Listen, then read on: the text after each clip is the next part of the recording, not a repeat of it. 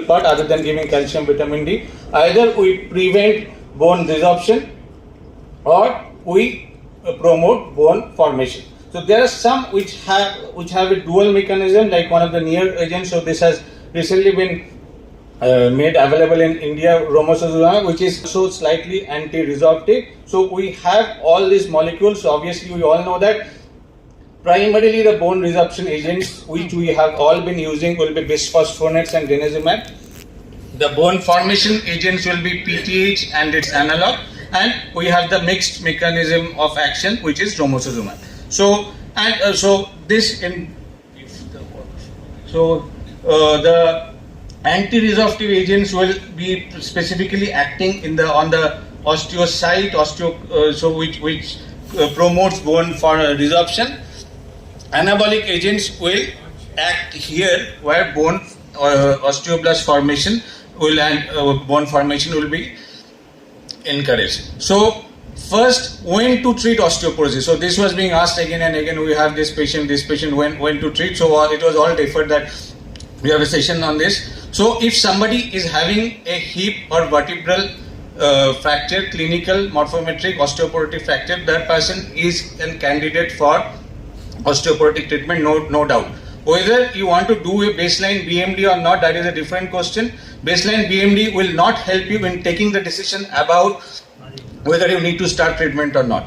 Baseline BMD in this case will help you to take a decision about follow-up. So when you are following up the patient, you have given treatment for 3 years, 4 years, 5 years, whether you want to give a drug window or not, here the baseline BMD will come in. So, but baseline BMD in this situation is not for taking a decision about osteoporosis treatment, pharmacological treatment, that will be required in all these cases. So if you have a T-score of less than minus 2.5 and at the femur neck or at the spine, and you have excluded secondary causes, all these persons are candidate for treatment. So postmenopausal women, men more than 50 years, if there is osteoporosis as per WHO guidelines, so these patients will all be requiring treatment. Again, no confusion in that.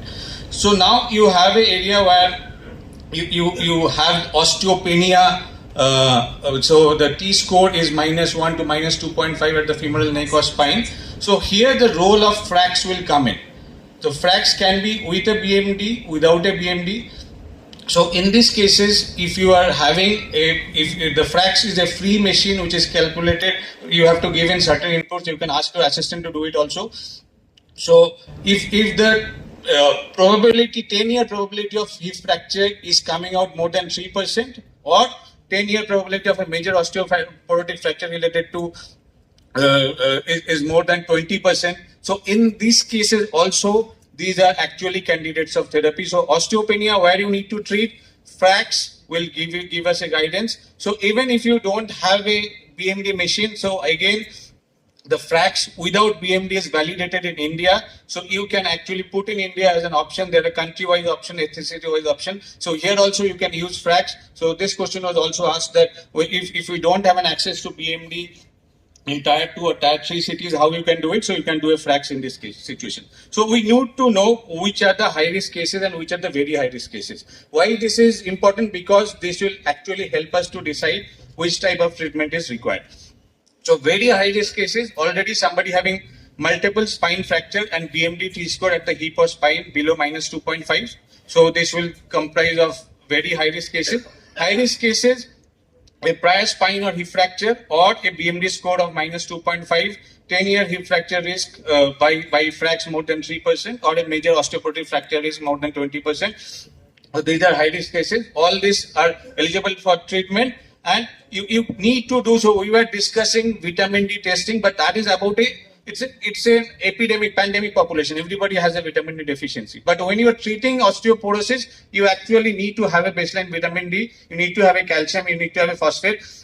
It's also very important to have PTH levels. Parathyroid levels are important because if you are planning to give anabolic therapy like teriparatide and you have a high PTH level, it can be because of primary hyperparathyroidism. In that case, it's an altogether different scenario. You need to localize the lesion and operate it. But if you have a PTH which is secondary to calcium and vitamin D deficiency, secondary hyperparathyroidism, or a chronic kidney disease. In that cases, you are not going to choose an anabolic therapy like teriparatide. So PTH actually will help you differentiate between what type of treatment you are taking. So you will have to think of other options. So you need to do a secondary screening. These are the basic ones. Bone formation markers are optional, so it's already you are adding a lot of cost to the therapy. If somebody is very keen, is able to afford, you can do it, but it's not necessary in all cases of osteoporosis management. When things tend to get complicated, we sometimes do ask for bone formation markers. So this is how you start. You obviously we have you need to do lifestyle intervention that has been detailed. Calcium, how much calcium to give? You are giving osteoporotic pharmacological treatment. So the value should be between 1000 to 1200 mg. Just to give you a simple idea, if you have one serving of milk, so somebody might ask whether everybody should be taking calcium or not. So if you are giving one serving of milk product, that will be like maybe 200 to 50 glass of milk. You are giving around 250 mg of calcium. And milk product is the primary source of calcium in your diet. So if you are giving actually 4 servings of milk to a person, that person will have actually adequate calcium. Rest of the diet will comprise about 200 or 250 mg of elemental calcium. So if you calculate that somebody is taking 2 servings of milk, maybe 1 tablet of elemental calcium which contains 500 mg of elemental calcium, that is sufficient. If somebody is saying no, I am lactose intolerant, I can't take milk at all, I don't take dahi, you have to give 2 tablets of calcium. So you need to ensure. So all major osteoporotic trials have been done with where the daily requirement of calcium is 1200, and that has been part of all trials. So you need to ensure that vitamin D, some are between 1000 to 2000 units. International in Caucasians, they have lighter skin, they have more vitamin D. So 1000 may be enough for them. For us, at least I think we should be giving 2000. Somebody is obese, might be even requiring 4000. So usually we give by a 60k tablet every fortnight or every month, depending. And sometimes if you are giving such a costly therapy, you don't want it to get affected because of vitamin D level. So can be part of the follow-up every 3 months or 6 months, and maybe at least annually you need to get a vitamin D done. So now coming to the main part of the treatment, anti-resorptives, anabolics, and the mixed agent. So bisphosphonates obviously has remained the cornerstone of the therapy for a very long time. So we have oral options and we have injectable options. Alendronate, risedronate, ibandronate, these are the commonly used oral options. Zoledronic acid is the one which is the injectable option.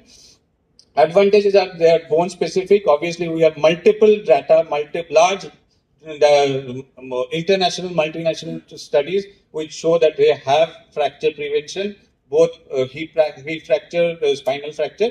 Disadvantages are if you are giving through oral route, GI side effect is a problem. Usually, osteonecrosis of jaw, atypical fracture, it does not occur in settings of osteoporosis. The dose you give for osteoporosis occurs sometimes in the setting of very high dose when it's used in for malignancy and all. Very uncommon with osteoporosis treatment. Very long-term atypical femur fractures, role of so that can be caused by bisphosphonate. So here, if you are suspecting that the person is becoming a dynamic bone disease, you can actually get a bone marker. Might be helpful in this particular situation. So if the bone if the bone resorption marker like CTX is very low, so that person will have a higher chance of atypical fracture. So you need to be just careful about one thing. You can give alendronate and risedronate in both spinal fractures as well as for hip fractures, but ibandronate does not have any data for hip fractures. So ibandronate is only for spinal fractures. So it has the convenience of once monthly dosage. The rest are like weekly dosage. But if you are even using ibandronate and the person actually had a hip fracture, most of we don't have scientific evidence to support it. Zoledronic acid injectable, it is slightly more potent than the oral bisphosphonates if you are looking into vertebral fracture. For hip, alendronate has the best study. So once you start treatment, obviously we have to follow it up, and we don't do a BMD very often, 1.5 to 2 years. But the main challenge remains how long are you going to give bisphosphonate. So if you are giving bisphosphonate, so don't even think of stopping it unless somebody develops a minimum therapy for bisphosphonate. You cannot even think of giving a drug holiday before that. So this is a very slow process. So it's going to take time. And at that point of time, you can consider giving a drug holiday in patients who are having relatively low risk of fracture. The BMD is more than 2.5, the T-score. There are no added vertebral fractures. But if somebody is actually developing a worsening of BMD and you can't actually think of giving a drug holiday, you might have to think of some other agents. So you need to be very careful about drug holiday. You can consider a drug holiday if the risk factors have actually gone down. Common errors, we all know that inadequate or excess calcium and vitamin D can be a problem. There is no data again to suggest that you need to give an activated vitamin D. So most of the calcium preparations will actually have calcitrate. So that's how it has been marketed. So as of now, there is no evidence to suggest that it has any advantage. It has actually disadvantages in terms of causing hypercalciuria and more kidney stone formation. So it can have other negative impacts also. So no, don't give activated vitamin D. Make sure the calcium tablet you are writing does not contain calcitrol. It has got no proven role, only going to add to the side effect. Say you are giving teriparatide and you are giving calcium and also giving a calcium supplement with calcitrol, the chance of hypercalcemia will definitely go up and you will have to stop teriparatide. So again, you need to be very careful. There is no role of activated vitamin D. A very common mistake is that we have these kits where you have the osteoporosis, this kit, that kit, where calcium, vitamin D and a weekly tablet is there. If calcium and bisphosphonate, oral bisphosphonate, we all know how to take the tablet early morning, empty stomach, large glass of water, not to remain eaten for next 30 to 60 minutes. But if somebody is taking a calcium, say after 2 to 3 hours of bisphosphonate, the calcium and bisphosphonate is going to chelate each other. So that bisphosphonate dose is going to be useless. So do not give, if somebody you are giving twice daily calcium, skip the morning dose of calcium on the day of bisphosphonate. So after that, you move to denosumab, which is, we all know that slightly different mechanism, antibody to rank ligand. I'm not going to go into the mechanism of it, but it has advantages and disadvantages. So one advantage was that it is a very good candidate for those having renal insufficiency. Anybody having CKD might have a secondary hyperparathyroidism. We won't be able to give bisphosphonate. They all have GFR cutoffs. So in those cases, denosumab remains an ideal candidate. The effect on bone mineral density is actually more than that of bisphosphonate.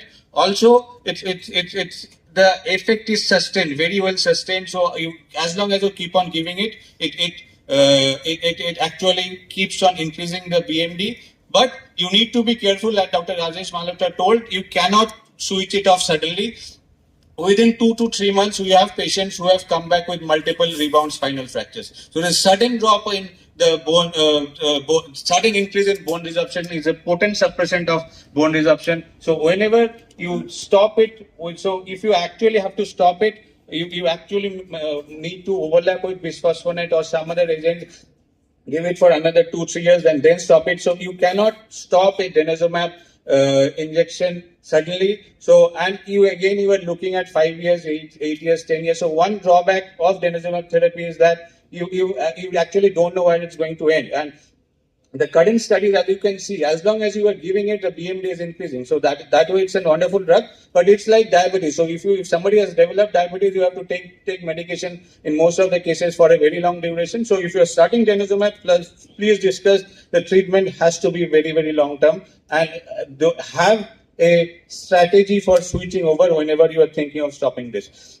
So as I told you that there is a sudden drop in lumbar spine BMD, serum CTX, again there is a sudden peak. So if you are stopping denosumab suddenly, so there can be multiple rebound fractures. A very, very strong area if you are continuing starting denosumab. Discuss with patient about long-term treatment, then only start. Side effects, we all know anti-resorptive. So denosumab, bisphosphonate, both can cause atypical fractures. More with bisphosphonate, slightly less with denosumab. But since this is because of the adenemic bone disease, so the bones become very rigid and tend to be more brittle. So we have these atypical fractures. Osteonecrosis of jaw is very, very rare in most of the cases. One word of caution, this is something which is very commonly used. I'm not going to get very popular maybe after this statement, but there is actually increased risk of malignancy with calcitonin.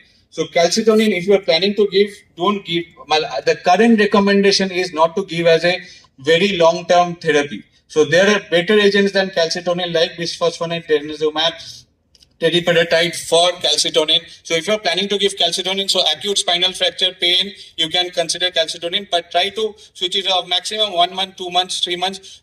In fact, FDA recommends not to give it for more than 6 months. So limited role in long-term treatment. This is the FDA Mia calcium indication. So there are advisories from FDA, European Association. It has an increased malignancy risk. There are other potent agents. So calcitonin role is really limited to short-term usage as of now, as of the current evidence. Now we move on to anabolic therapy. We have the only one available in India, which is teriparatide. Abaloparatide is a slightly more potent agent.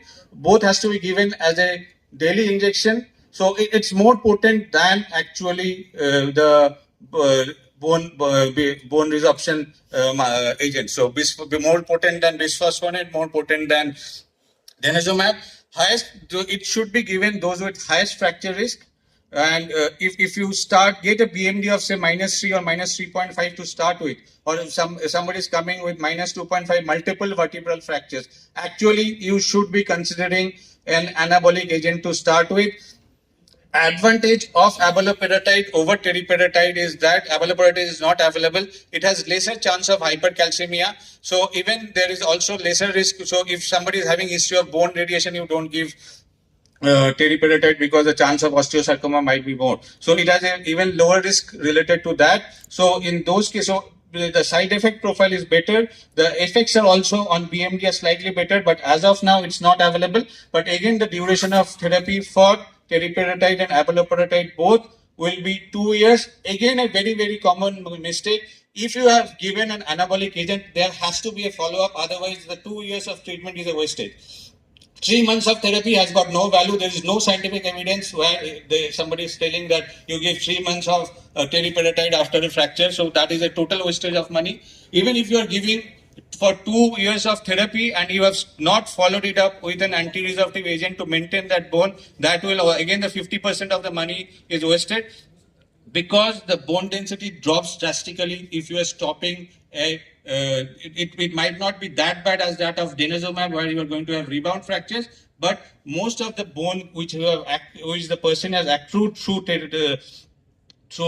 teriparatide will actually, that benefit will be lost if you are not following it up. So either you need to give a follow-up bisphosphonate or a follow-up denosumab, continue it for some time, maybe after 4 or 5 years take a decision whether you need to give a drug holiday or not if you are using bisphosphonate. Sequence of therapies, I am not going to go into details, but again, I think there is already a dedicated session on that. So if the bone density is very, very low, or there are already multiple fractures, start with the anabolic first. As of now, combination therapy is very, very selected role. We do not usually recommend. So this is something which is come up recently. This year, romosozumab.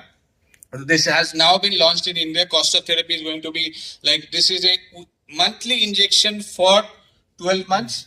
So if somebody is having very high fracture risk, or you are having a patient teriparatide developing hypercalcemia, you can consider romosozumab. You have given 2 years of romosozumab, maybe you shift to denosumab for some time. You are not able to maintain the bone density, you can consider romosozumab. Even initially can be given, again lesser chance of, so somebody develops teriparatide, hypercalcemia, hypercalciurenal stone, that might become a contraindication. So in this case also you can give this. This is an anti-sclerostin therapy, but there is a very careful contraindication which we all need to be aware. We cannot prescribe it blindly. If somebody had a prior myocardial infarction or stroke within 1 year, you cannot give romosozumab. So this interferes with W2 signaling. So W2 signaling also has an impact on cardiovascular health and physiology. So if you are starting it, so you need to be sure that the person has did not had a recent CVA or a myocardial infarction in the last 1 year. So this is a very, very important area. So this has advantage. This is one of the strongest agents as of now which are available. So we need, so since it's available in India, so if somebody was on denosozumab and you are planning to, most of the trials of denosozumab and romosozumab together, so we start with denosozumab. Maybe if somebody is already on that, 6 months, at the end of 6 months when the next course is due, you can shift to romosozumab. You do not need denosumab in that situation. But again, if you stop the therapy after 1 year, so you will require some sort of therapy, either romosozumab or denosumab, so either denosumab or bisphosphonate. So this was the difference between PTH-based anabolics and romosozumab. So if you see that in case of bone formation and bone resorption markers, this is the left side and this is the right side. So the bone formation markers with teriparatide increases subtly, gradually. In case of romosozumab, there is a rapid increase. So it corrects the bone very, very quickly. So it's a very strong agent. The effect actually falls off.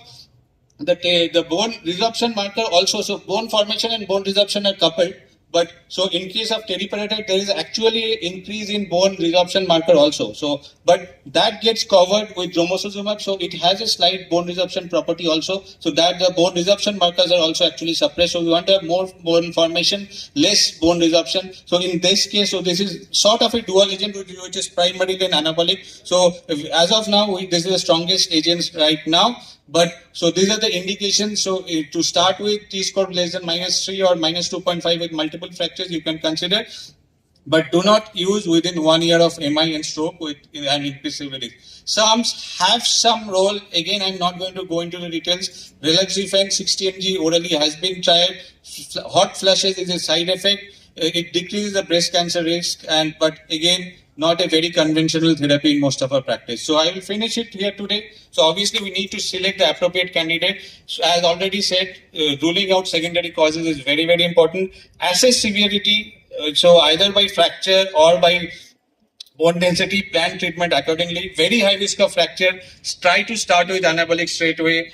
Others, you can consider anti-resorptive, bisphosphonate or denosumab. Bisphosphonate if you are starting at least 3 to 5 years for injectable and oral respectively.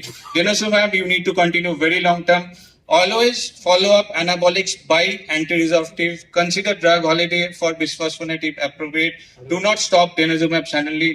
No long-term calcitonin unless it's used for a very short duration for spinal fracture related pain. And you need to ensure adequate calcium and vitamin D intake. Do not give activated vitamin D. So calcium and vitamin D intake has to be maintained throughout the course of treatment. Thank you very much for your patient listening.